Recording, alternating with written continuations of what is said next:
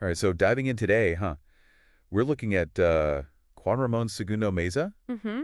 convicted for the murder of Vanessa Villa. 11 years old? Yeah, back in 1986, so quite a while It ago. was a long time ago. And we've got his Wikipedia article here. It's Yeah. got, his whole life laid out, all the crimes.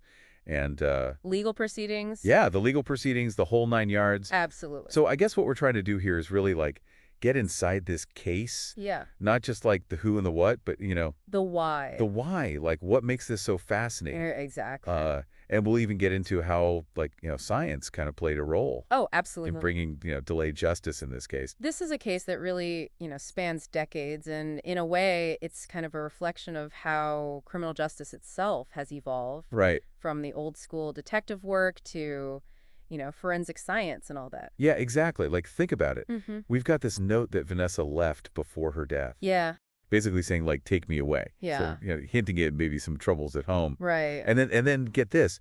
They say Segundo was actually at her wake. Oh, wow. I know, right? That's pretty chilling. It's a chilling detail. And Yeah. it makes you wonder about the relationship. Absolutely, the pre-existing relationship between the two. Right, right. But I think before we get ahead of ourselves, we should go all the way back to the beginning. Okay. Early life for Segundo was not easy. Yeah. I mean, we're talking poverty, Right. potential abuse, head injury. His brother even claims that impacted his cognitive development. Yeah, and it says here, they were so poor Mm-hmm. that his brother, like at 8 years old, was digging through trash Oh, wow. to find food. Yeah. Like, imagine that level of deprivation. That's incredibly sad. Yeah, especially like, at that age when you're developing. Right, those formative years. What do you think? I mean, Yeah. could that have had like lasting consequences?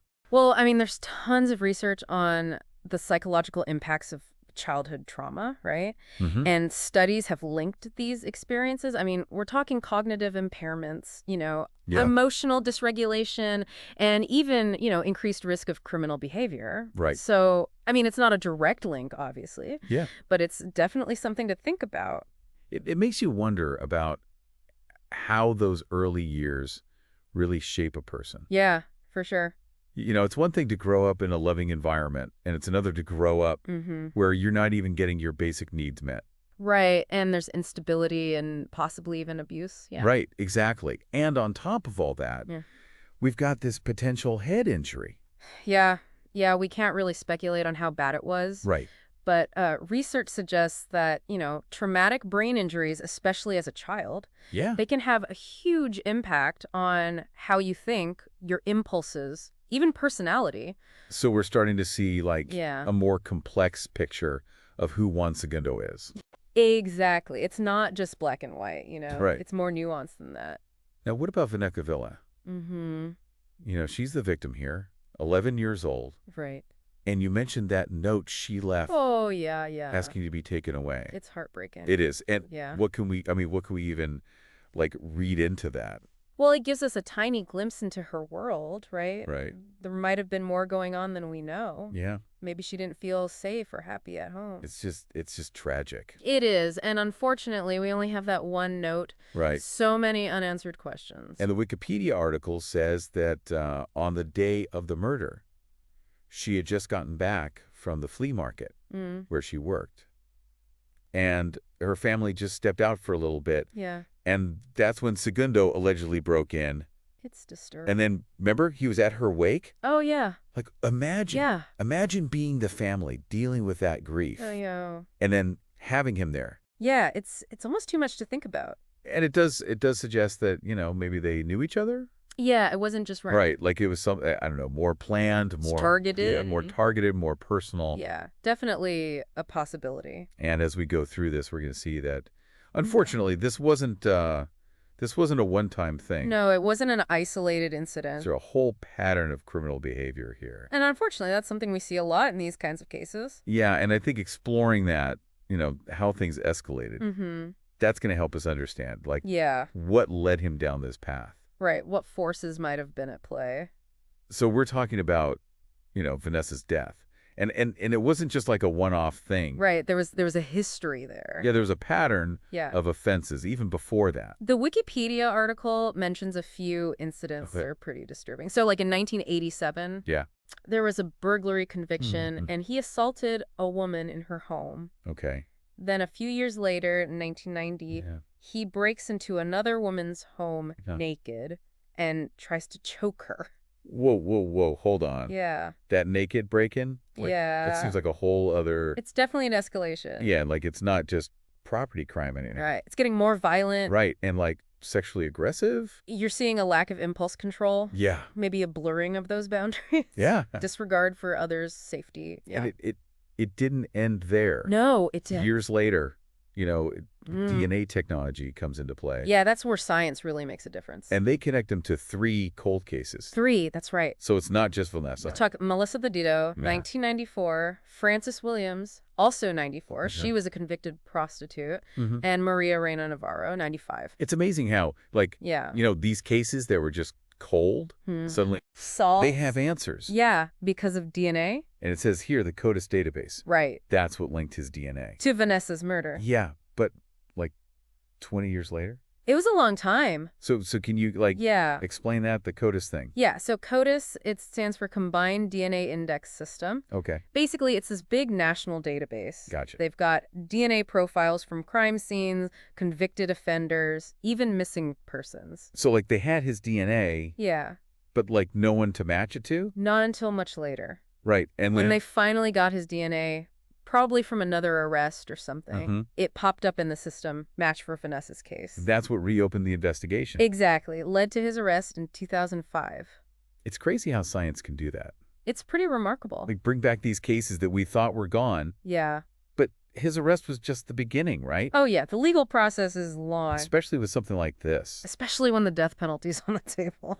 Right, and the article talks about the trial. Yeah. Or the evidence they had. DNA, expert testimony, the whole thing. Yeah, and people who had been assaulted by him before. Right, painting a picture of his past. They even brought up this thing from 1983. Oh, yeah. Where he came home covered in blood. It's not looking good for him. No, it's not. It's starting to look like a pattern of violence, Yeah. predatory behavior. And then there was this one woman, Yeah. 21 years old, I remember that. and she said he abused her as a kid. That's powerful testimony. Yeah?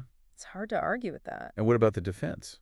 Well, they tried to, poke holes in the evidence, Yeah. and they brought up his rough childhood, the cognitive problems. Right. Trying to get some sympathy, I guess. So you got the prosecution. Mm-hmm. They want a conviction. Yeah, they're pushing hard. Trying to humanize him. Yeah. Make him seem less like a monster. And the jury found him guilty. They did. But then there's the question of punishment. Right. What's appropriate in this case? And that's where intellectual disability comes in. Yeah, that was a big part of the argument. So the defense is saying Mm-hmm. that because of his childhood, the head injury. It should be a mitigating factor. But how do you even measure that? It's tricky, right? Yeah, like what even is intellectual disability, legally speaking?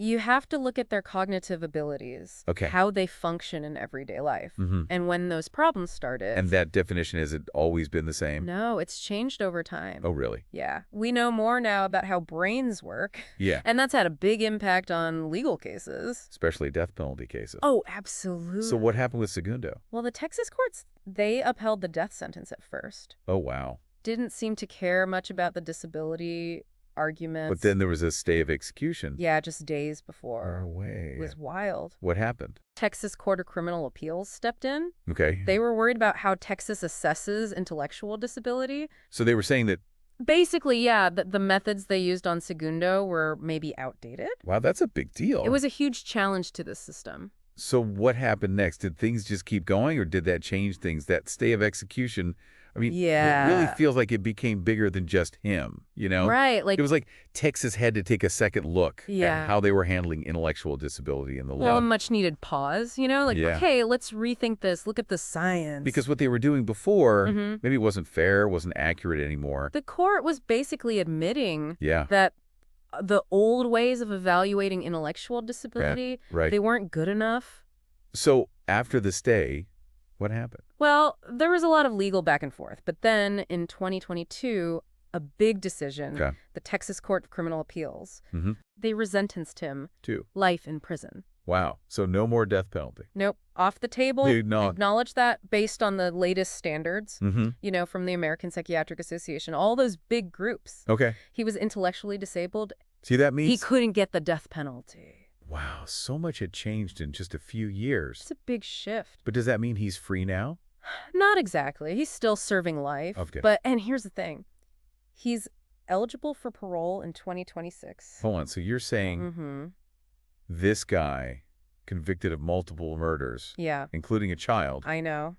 could be out in a few years. It's tough to think about, right? It is. And I imagine there are a lot of people who are not happy about that. Oh, absolutely. I mean, how do you weigh the severity of his crimes Yeah. with the fact that, maybe he didn't fully understand what he was doing? Right, because of his disability. Like, when does punishment become about rehabilitation?